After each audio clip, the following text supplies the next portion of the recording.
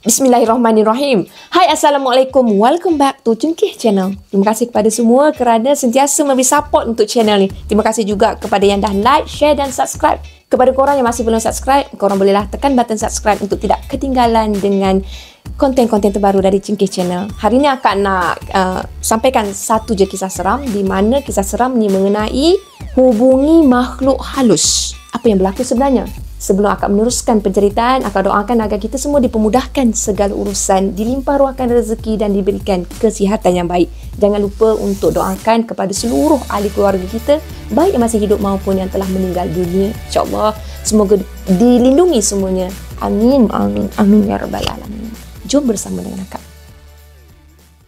Bismillahirrahmanirrahim. Qul a'udhu birabbin nas, malikin nas, ilahin nas, min syarril waswasil khannas, الذي يوسوس في صدور الناس من الجنة والناس.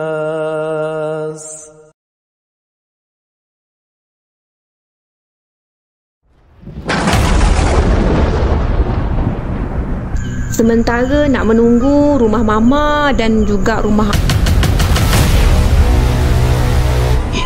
saya terjaga apabila mendengar suara. Tidak pula takut dia berani melintasinya, malah melepasi kawasan perkuburan. mata yang tadi ni lali, kan aku macam nak pukul 12:30 malam kan?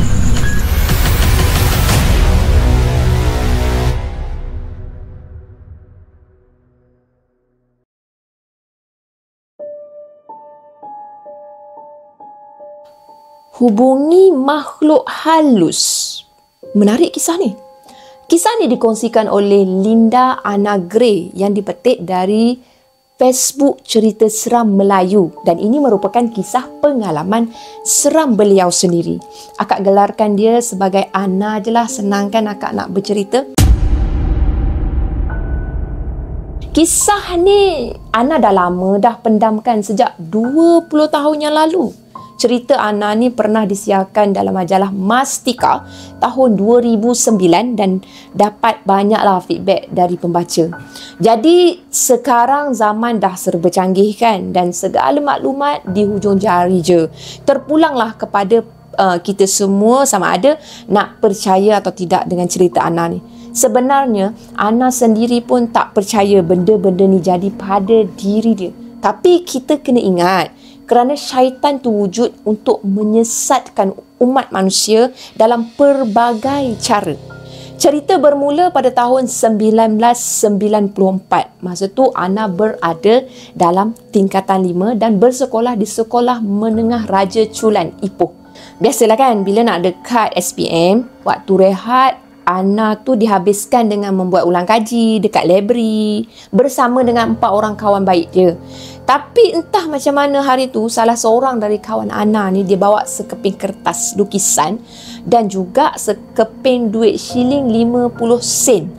Kertas lukisan tu pula dia ada tulis abjad A sampai Z. Lepas tu ada tulis yes dan ada juga tulis no. Kemudian dekat tengah-tengah tu ada tulis home. Peliklah dia rasa. Kawan Anna cakap kalau dekat overseas orang-orang kat sana panggil Ouija board. Macam tu lah. Medium untuk berkomunikasi dengan roh. Dekat sana dia orang guna kayu ukir. Tapi kawan Anna ni dia nak cut bajet kan. Dia gunalah kertas lukisan dan juga duit shilling 50 sen je. Jadi kawan Anna ni dia cakap asyik study je, bosan lah. Apa kata kita buat benda lain dari yang lain? Kira di luar normal lah macam tu. Cuma kita sebagai pelajar kan, bosan tak? Jadi dalam kes ni, mereka dah bersedia untuk menghadapi dengan dunia paranormal. Macam tu lah. Berbalik pada cerita. Kawan Anna ni ajar dia macam mana cara nak main. Mereka letak jari atas koin tu, tapi punyalah slow koin tu bergerak masa tu. Jadi kawan Anna cakap, kalau nak koin tu bergerak laju, kena letak darah. Terutamanya darah perempuan yang tengah period. Ada pula kisah dia. Kebetulan pula ada 3 orang di kalangan mereka tu dalam keadaan period. Dan Ana adalah salah seorang dari 3 pelajar tersebut. Tapi tak seorang pun yang berani letakkan darah time tu. Keesokan harinya, mereka main lagi. Tak serik. Kali ni Ana dia beranikan diri untuk meletakkan darah dari jari hantu dia ke atas koin tersebut. Maka dia pun titikkanlah darah tu. Apa lagi, bukan main laju lah. Koin tu bergerak. Bergerak memang laju. Kawan-kawan Ana mula bertanya soalan. Soalan yang ditanya, awak ni Melayu ke Mak Saleh? Saja nak tanya soalan macam tu kan. Koin tu bergerak dan mengeja. M-E-L-A-Y-U. Melayu. Awak ni lelaki ke perempuan? Ditanya pula.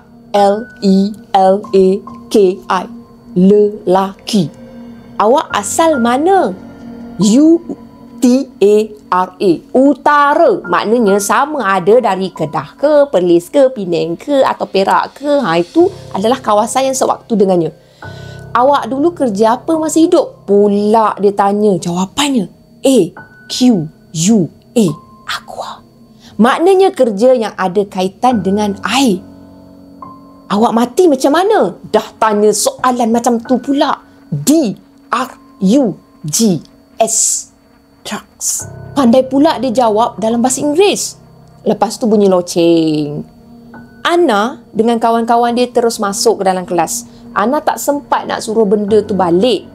Terus dia diangkat kertas lukisan tu. Lepas tu dia belah, dia pergi balik ke dalam kelas. Ana dia masa tu dia bagi balik lah kertas tu pada kawan dia. Dan dia terus buang macam tu lah. Kertas tu dalam tong. Mana kertas yang tak digunakan dia buang lah. Jadi lepas tu Ana dia tak main dah. Lepas SPM masing-masing bawa haluan masing-masing. Kawan-kawan Ana ada yang pergi ke overseas untuk sambung belajar, ada yang sambung dekat U tempatan sahaja, dan Ana sendiri pun sambung belajar dekat Maktab Perguruan Perempuan Melayu Melaka dalam subjek mengajar dalam subjek bahasa Inggeris macam tu.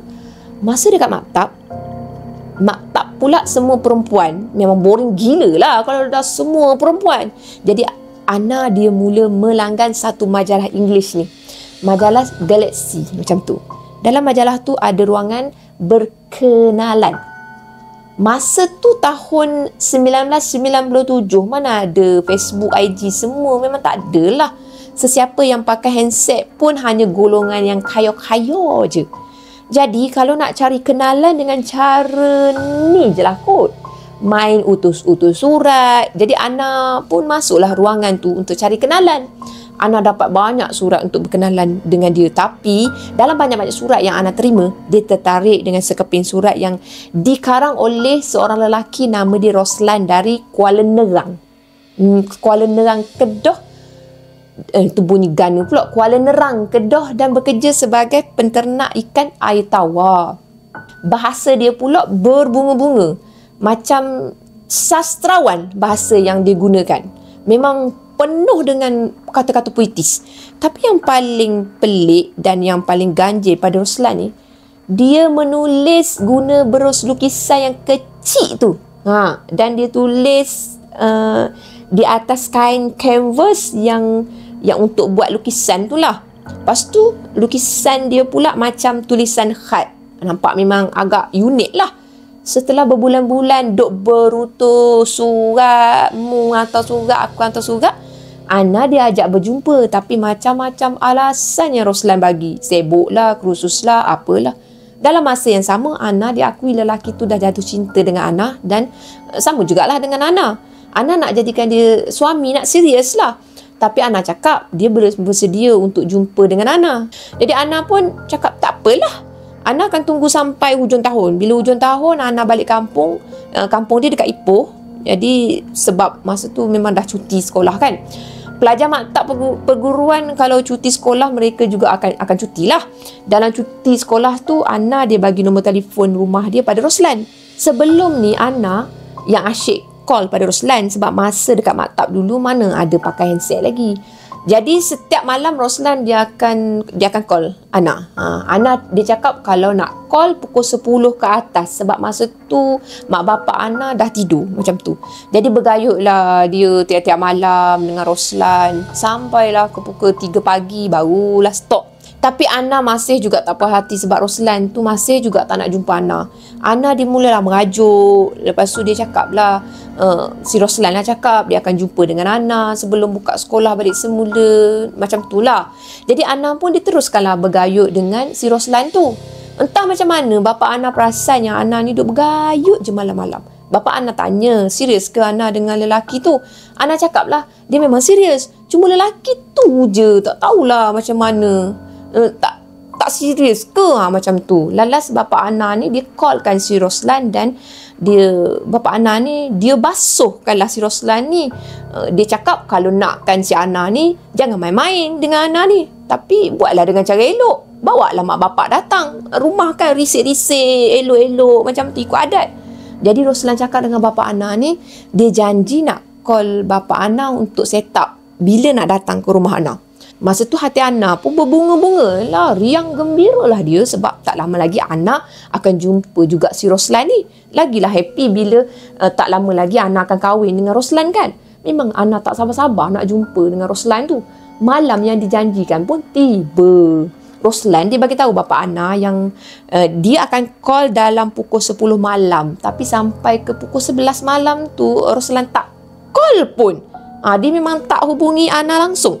Bapa Ana pula dah terlentuk-lentuk dah tertidur atas sofa.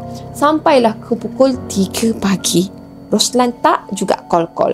Ana cuba call Roslan tapi tak diangkat. Ana betul-betul kecewa tahu dengan sikap Roslan ni. Bapa Ana pula cakap kalau macam ni perangainya, mungkin dia ni nak main-main je kot. Jadi esoknya selama 3 malam berturut-turut dia tak call Ana langsung. Ana call balik semula dia tapi dah tak dapat dah. Ana menangislah setiap hari sebab rindu sangat dekat Roslan ni. Bapa Ana dah tak tahan nak tengok penderitaan Ana. Lepas tu bapa Ana dibawalah Ana pergi ke rumah Roslan dekat Kuala Nerang, Kedah. Berdasarkan alamat yang tertera dekat surat-surat dia sebelum ni lah. Sesampai je mereka ni ke sana, Ana cari alamat rumah nombor 57 tapi tak jumpa. Mereka jumpa hanya rumah bernombor 55. Rumah kampung yang jarak dia lebih kurang 100 kaki dari rumah ke rumah. Macam tu lah, bukan rumah yang dekat-dekat macam tu. Bapa Ana dia bertanya seorang makcik yang duduk dekat rumah bernombor 55 tu. Dan dia bagi tahulah tujuan mereka datang kat situ. Makcik tu terkejut sangat-sangat dengan cerita Ana. Makcik tu cakap mungkinlah ada orang nak main-main dengan Ana sebab makcik tu cakap rumah nombor 57 memang ada tapi dekat belakang rumah dia. Dan rumah tu dah tak berpenghuni selama berbelas-belas tahun. Makcik tu cakap dulu ada satu family tinggal kat situ. Tapi semenjak si bapa dalam family tu mati kena bunuh dengan anak sendiri kerana dadah. Lepas tu anak dia pula gantung diri dalam rumah tersebut. Seluruh family tu berpindah ke Kelantan dan rumah tu terbiarlah dengan semak samun sampai sekarang. Ana pun tanyalah pada makcik tu anak yang bunuh bapak dia tu nama apa. Makcik tu cakap dia tak tahu sebab makcik ni tak bercampur dengan orang sangat. Memang dia tak kenal. Lepas tu mereka pun balik. Ana rasa macam tak puas hati dengan si Roslan ni tau. Apa yang dia nak sorokkan sangat dari Ana sebenarnya? Ana mulakan siasatan. Mungkinlah alamat rumah yang si Roslan bagi mungkin alamat palsu macam tu. Nak tahu alamat betul, Ana kena pergi ke Telekom Malaysia Berhad sebab Ana tahu nombor fon rumah dia mesti berdaftar atas alamat rumah tu. Betul kan? Jadi Ana pun pergilah ke Telekom Malaysia Berhad. Tapi pihak Telekom tak boleh nak bagi alamat rumah orang sesuka hati tanpa ada kebenaran. Itulah peraturannya. Kebenaran tu kiranya macam kes-kes polis ke, bolehlah diorang bagi. Jadi takkanlah Ana ni nak buat report polis kot atas kesalahan apa. Roslan tak cederakan dia pun. Cuma Roslan tu tipu Ana je. Tapi dia tak tipu duit Ana pun. Jadi Ana lupakan sahaja hasrat dia tu untuk dapatkan maklumat tersebut. Beberapa malam lah selepas tu, dia still tak call Ana tau. Punyalah Ana ni rindu gila-gila dengan si Roslan ni. Cinta punya pasal, Ana tak kisah kalau dia tipu sekalipun. Macam tu. At least call Ana kan. Ni tak, senyap terus. Tapi Ana masih mengharapkan si Roslan ni akan telefon dia, dan si Roslan ni cinta yang betul-betul tulus ikhlas lah. Dalam masa yang sama, Ana dia masih lagi call si Roslan ni setiap masa. Dan macam biasa, tak berangkat juga. Untuk hilangkan rasa frust menongging dia tu, Ana, dia keluar ke Ipoh jalan sorang-sorang. Dia tengok wayang sorang-sorang, shopping sorang-sorang. Tak lama lepas tu, kawan sekolah Ana dulu yang masih spirits tu dengan Ana sedang bercuti semester dari Florida State University balik ke Malaysia maknanya. Ana dia keluar lah jalan-jalan dengan kawan dia tu sambil dia nak lupakan rasa frust menongging Ana pada Roslan tu. Kawan Ana ni tanya, Ana ni dah ada boyfriend ke belum? Jadi Ana pun ceritalah pada dia pasal si Roslan ni dari A to Z. Apa lagi, kawan Ana ni terkejut dan tiba-tiba dia ingat balik apa yang terjadi beberapa tahun yang lalu. Dia cakap macam ni. Dia cakap macam ada kebetulan yang disengajakan antara kisah Ana dengan Roslan dan spirit Ana dan kawan dia yang main dulu. Dia cakap dulu spirit tu mengatakan nama dia Roslan. Lelaki yang Ana kenal ni pun nama dia Roslan juga. Lepas tu spirit tu kata dia asal utara. Roslan yang Ana kenal tu pun berasal dari Kuala Nerang, Kedah. Lepas tu spirit tu mengatakan yang Roslan ni dulu kerja aqua, kerja yang berkaitan dengan air. Roslan Ana pula kerja sebagai penternak ikan air tawar. Terlalu banyak kebetulan. Lepas tu tiba-tiba saja Ana rasa tak sedap badan. Tiba-tiba je Ana rasa tekak dia macam lawyer. Ana cakap dekat kawan dia tu, Ana nak balik rumah. Jadi Ana teruslah balik rumah. Malam tu tiba-tiba saja Ana demam. Mungkinlah Ana fikir Ana demam ni sebab dia rindu sangat pada Roslan kot. Demam sampai menggigil-gigil badan. Bapa Ana bawakan Ana ni pergi ke klinik dan juga ke hospital. Still juga demam. Ana tu tak baik-baik. Entah macam mana satu malam tu, pukul 12.30 malam tiba-tiba telefon rumah Ana berdering. Apa lagi seronok lah Ana sebab Ana tahu kan yang call tu mesti Roslan. Punyalah rindu gila dia pada Roslan pada masa tu. Masa tu jugalah Ana dia stay demam. Ana tak peduli dengan demam dia. Dia terus bangun, dia pergi angkat telefon rumah tu. Tapi yang seramnya bila Ana bagi salam dan cakap hello, yang Ana dengar hanya bunyi sunyi dan juga bunyi hening di sebelah telefon sana lah. Lepas tu Ana panggil, abang. Setiap kali Ana panggil abang, yang Ana dengar hanya bunyi hembus nafas. Ana cakap, kenapa dia tinggalkan Ana tanpa kabar berita? Tapi yang Ana dengar hanya bunyi hembus nafas seorang lelaki juga. Setiap bunyi hembus nafas. Lepas tu Ana diganggu dengan bunyi selama 5 malam berturut-turut. Bunyi itulah, bunyi hembus nafas tu. Diangkat benda yang sama. Dalam masa yang sama, demam Ana ni juga tak baik-baik. Macam tu.